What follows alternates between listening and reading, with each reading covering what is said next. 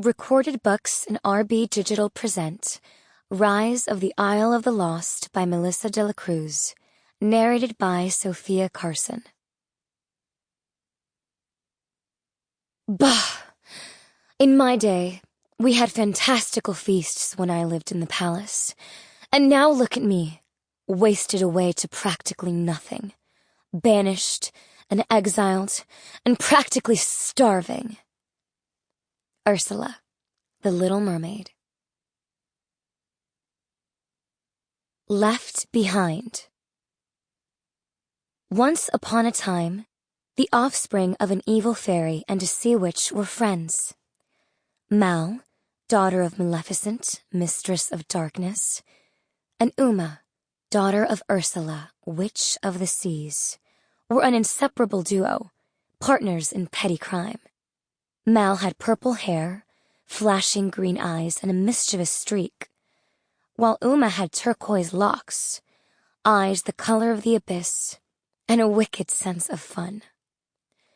Luckily for the poor, unfortunate souls who lived on the Isle of the Lost, they didn't get to see each other very much, since they lived on opposite sides of the island and went to rival schools. Dragon Hall for Mal, and Serpent Prep for Uma. Life on the Isle of the Lost, where all the villain folk had been banished after King Beast united all the good kingdoms and exiled all the evildoers and their snarky sidekicks, was already difficult. For one, an impenetrable dome covered the island and its surrounding waters, keeping out any source of magic, as well as every kind of Wi-Fi network. For another, most of the island's residents subsisted on leftovers from Auradon's mainland, along with the goblins' terrible coffee. But life always got a little worse during the summer when school was out, because that was when Mal and Uma could hit the streets together again. They would rampage up and down the island, terrorizing step-granddaughters and traumatizing even the most stalwart goons, and no one would dare voice a peep of annoyance, for fear of something truly frightening: the girls' mothers. One hot day in June, not long after each had turned 10, Mal and Uma were playing on the docks by the water. The two bad little girls were pranking Hook's crew, making tick-tock noises to scare the pirate captain himself, and getting on Smee's already agitated nerves. They giggled naughtily behind some empty barrels as their best trick of all went off without a hitch. One pirate after another tripped and fell on the slippery wooden planks, which they had covered with a nearly invisible slime.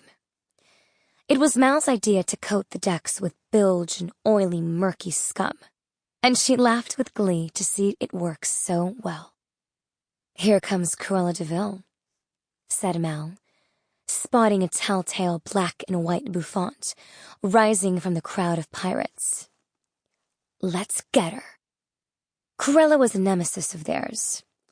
As one of the only citizens of the Isle who wasn't afraid of Maleficent or Ursula, the Dalmatian-obsessed lady never hesitated to pinch their ears when they tried to make her their victim.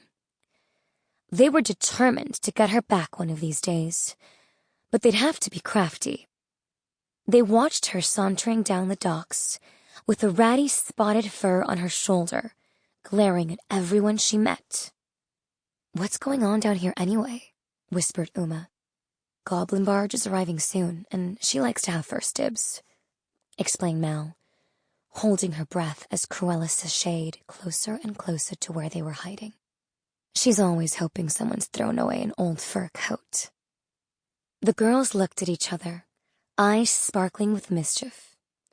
Mal raced to pour another batch of the disgusting concoction in Cruella's path, but the giant bucket was too heavy for her. "Hurry!" said Uma, running to grab the bucket's other handle. "I've got it," said Mal. "Let me," said Uma. "You did Gaston." Mal chuckled darkly at the memory of the big man going bottoms up on the dock and finally crashing over the railing with a loud roar and splash, his son Sample complete. Ready to continue?